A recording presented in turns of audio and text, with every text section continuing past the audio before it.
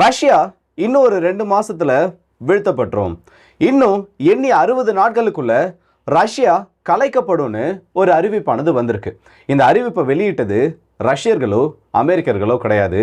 உக்ரைனோட அரசு அதிகாரிகளும் ஐரோப்பிய ஒன்றியத்தை சார்ந்த சில நிபுணர்களும் இப்ப இந்த ஒரு வாதத்தை முன்னெடுத்து வச்சிருக்காங்க.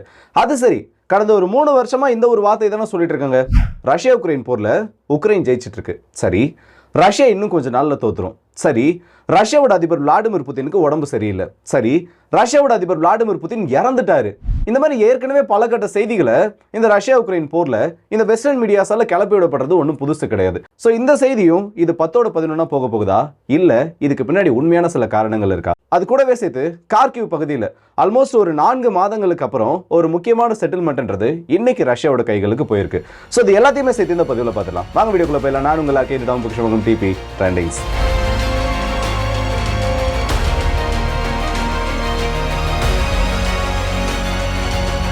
உக்ரைன் அதிபரோட பர்சனல் அட்வைசர் நேத்து அவர்கிட்ட இருந்து ஒரு செய்தியானது வெளியில வந்திருக்கு. இன்னைக்கு ஐரோப்பிய ஒன்றியத்துக்கும் உக்ரைனுக்கும் நடுவில் நடக்கக்கூடிய முக்கியமான கம்யூனிகேஷனே ரஷ்யாவோட கொலாப்ஸை பத்தி தானே அவரோட ஒரு செய்தியை வெளியிட்டிருக்காரு.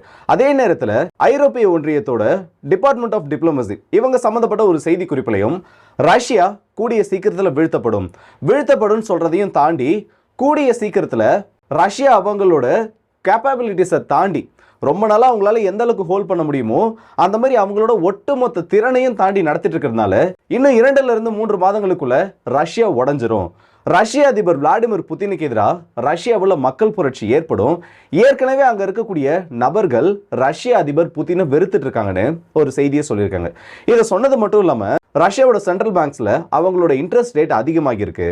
அது மட்டும் இல்லாமல் பெட்ரோலியம் ப்ராடக்ட்ஸோட உற்பத்தின்றதும் கடந்த 2023 காட்டிலும் 24ல் குறைஞ்சிருக்கிறதா சொல்லியிருக்காங்க. 2024ல் இருந்ததை விட 2025ல் இது இன்னமும் குறையும். இப்படி குறையிறதுனால ரஷ்யாவோட உற்பத்தி பாதிக்கப்பட்டு உற்பத்தியின் மூலமா பெறப்படக்கூடிய அந்த வெளிநாட்டு வணிகங்கள் தடைப்படும். இதனால ரஷ்யாவோட எக்கானமி ஒட்டுமொத்தமாக கிரிப்பிள் ஆகுன்னு அவங்களோட ஒரு தகவலில் சொல்லியிருக்காங்க. ஆக்சுவலாக இவங்க சொல்லியிருக்கிறதுல உண்மை இருக்கான்னு பார்த்தோன்னா இதுல பாதி உண்மை பாதி போய். நான் பாதி உண்மைன்னு சொன்னது ரஷ்யாவோட ஆயில் ப்ரொடக்ஷன், ரஷ்யாவோட LNG ப்ரொடக்ஷன் இதெல்லாம் 2022ல் இருந்ததை விட கம்பேர் பண்ணி பார்க்குறப்போ 2023ல் ஜூன் மாதத்துக்கு முன்னாடி அதிகமாக இருந்துச்சு. ஆனால் ஜூன் 2023ல இருந்து 2024 ஜூன் இந்த இடைப்பட்ட ஒரு வருட இடைவெளியில் ரஷ்யாவோட மேஜர் செக்டார்ஸ் அவங்களோட ப்ரொடக்ஷனை குறைச்சிக்கிட்டாங்க. அதே நேரத்தில் ரஷ்யாவோட ஸ்டேட் ஓன்டு நிறுவனங்கள் அவங்களோட ப்ரொடக்ஷன்ஸை 3% கூட்டியிருக்காங்க. இது 2024 எப்படி வந்து நினைச்சுன்னு பார்த்தோன்னா இப்போ 10 நபர்கள் ரஷ்யாவில் வந்து ஆயில் ப்ரொடியூஸ் பண்ணுற ஃபேக்ட்ரிஸ் இருக்கு. ரஷ்யாவில் வந்து இத்தனை எண்ணிக்கையிலான ஃபேக்ட்ரிஸ் இருக்குன்னா அதில் 7 நபர்கள் மட்டும்தான் அவங்களோட டார்கெட் லெவலில் ரீச் பண்ணுற அளவுக்கு அவங்களோட ப்ரொடக்ஷனை வச்சுருந்தாங்க. மற்ற நிறுவனங்கள் அவங்களோட ப்ரொடக்ஷனை 60%க்கும் அதிகமாக குறைச்சிட்டாங்க. ஆனால் இதில் இவங்க சொன்ன பொய் என்ன தெரியுமா? இதனால ரஷ்யாவோட எக்கானமி பாதிப்படைஞ்சிட்டு இருக்கு. ரஷ்யாவோட பேங்க்ஸில் அவங்களோட இன்ட்ரெஸ்ட் ரேட் எல்லாமே கூட்டிட்டு இருக்குன்னு.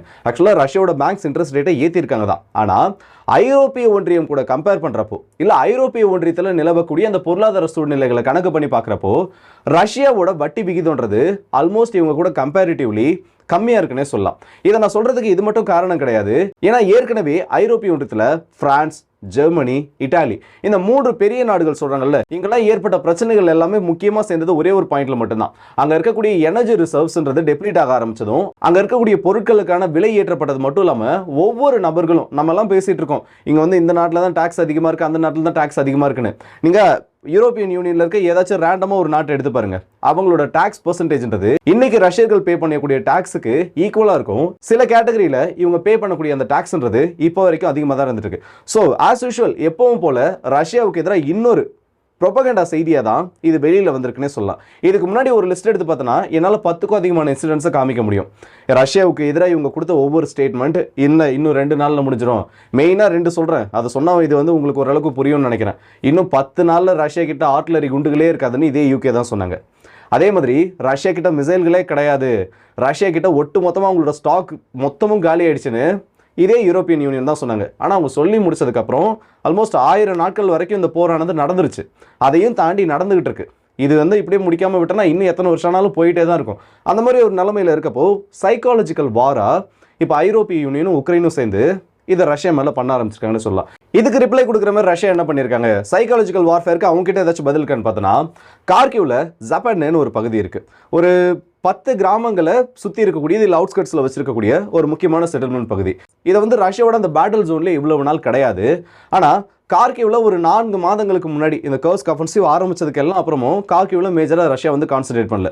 அந்த இடத்துல சின்ன சின்ன பகுதிகளை கேப்சர் பண்ணுறது, சின்ன சின்ன டெம்பரரி டிஃபென்ஸ் லைனை போடுறதுன்னு சொல்லிட்டு அந்த மாதிரி ஒரு போர் முறையில் ரஷ்யா ஈடுபட்டு ஒரு சர்ப்ரைஸ் அஃபென்சிவ்ல உக்ரைன் வந்து எதிர்பார்க்காத நேரத்தில் இவங்க இந்த பகுதியில் நடத்தின தாக்குதலில் இந்த ஜப்பான்னு சொல்லக்கூடிய அந்த ஒரு பகுதி இப்போ கம்ப்ளீட்டாக ரஷ்யாவோட கண்ட்ரோலுக்கு வந்திருக்குன்னே சொல்லலாம். இதுக்கு உக்ரைன் கொடுத்த வேலை எவ்வளோ தெரியுமா? ஒரே நைட்டில் 1350க்கும் அதிகமான வீரர்களை இழந்திருக்காங்கன்னு ரஷ்யாவோட தகவல் சொல்லுது. ஆனால் உக்ரைன் இதை அஃபிஷியலாக கிளைம் பண்ணலை.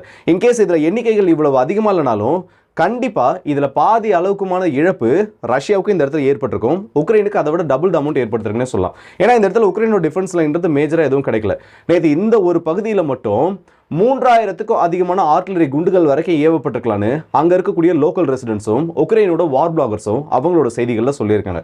ஸோ ரஷ்யாவோட இந்த மாதிரி சர்ப்ரைஸ் அஃபென்சிவ் ஈஸ்டர்ன் ஃப்ரண்ட்டை தாண்டி இப்போ கொஞ்சம் கொஞ்சமாக நார்த் சைட் மாறிட்டு இருக்கிறது உக்ரைனுக்கு ஒரு ஃபேவரான விஷயம் கிடையாது. ஏன்னா இந்த மாதிரி இன்னும் 4 இல்லை 5 பாயிண்ட்ல ரஷ்யா பண்ணாங்கன்னா இப்போ உக்ரைன் கார்கிவ்ல எந்த அளவுக்கு பகுதியை ரொம்ப கஷ்டப்பட்டு டிஃபெண்ட் பண்ணிட்டு இருக்காங்களோ அதை விட அதிகமான பகுதிகளில் வெறும் ஒரு சில நாட்களில் ரஷ்யாவால் பிடிக்க முடியும்னு சொல்லலாம்.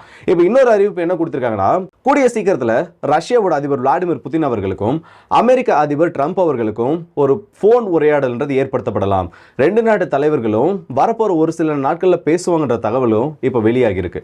இது கூடவே ஸ்லோவாக்கியாவோட பிரைம் மினிஸ்டர் ஒரு செய்தியை சொல்லியிருக்காரு.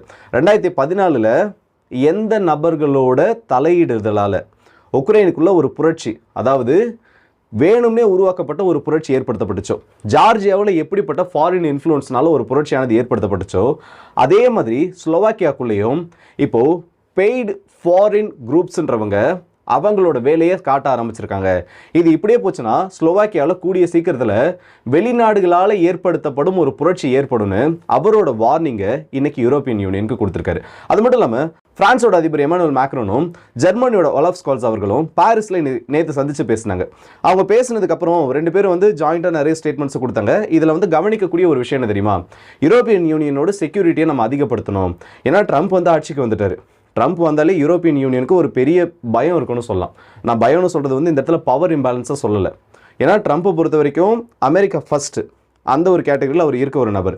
இந்த இடத்துல பெரிய சிக்கலாக வர்றதே நாட்டோ தான்.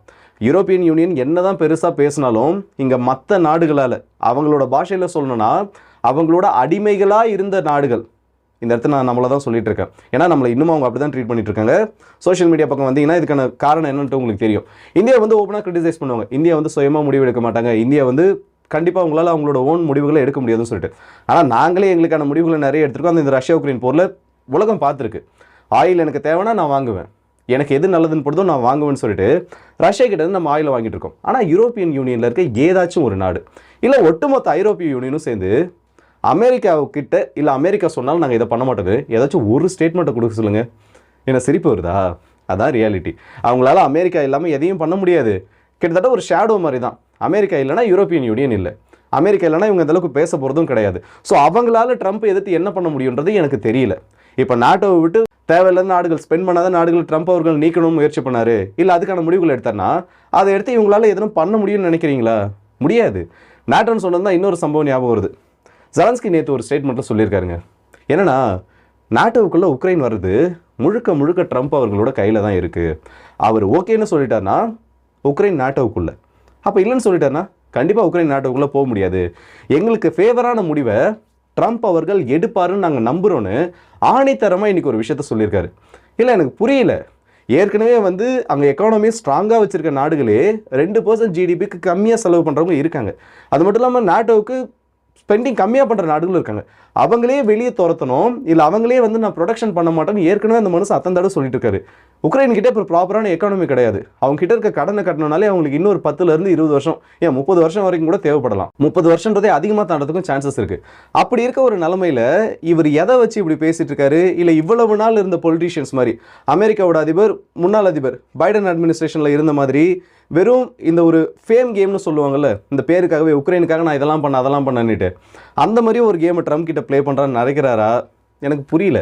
அப்படி இன்கேஸ் நினச்சிட்டு இருந்தாரு, இல்லை அந்த மாதிரி சில முடிவுகள் எடுக்க முடியும்னு நினச்சார்னா உக்ரைனே இல்லை, ஜெலன்ஸ்கியை யாராலையும் காப்பாற்ற முடியாது. ஸோ இந்த வீடியோ பற்றி உங்களோட கருத்துக்களை கமெண்ட் செக்ஷனில் சொல்லுங்கள். அடுத்த வீடியோ சந்திப்போம். அது வரை விடைபெறுவது உங்கள் ஆர்கே.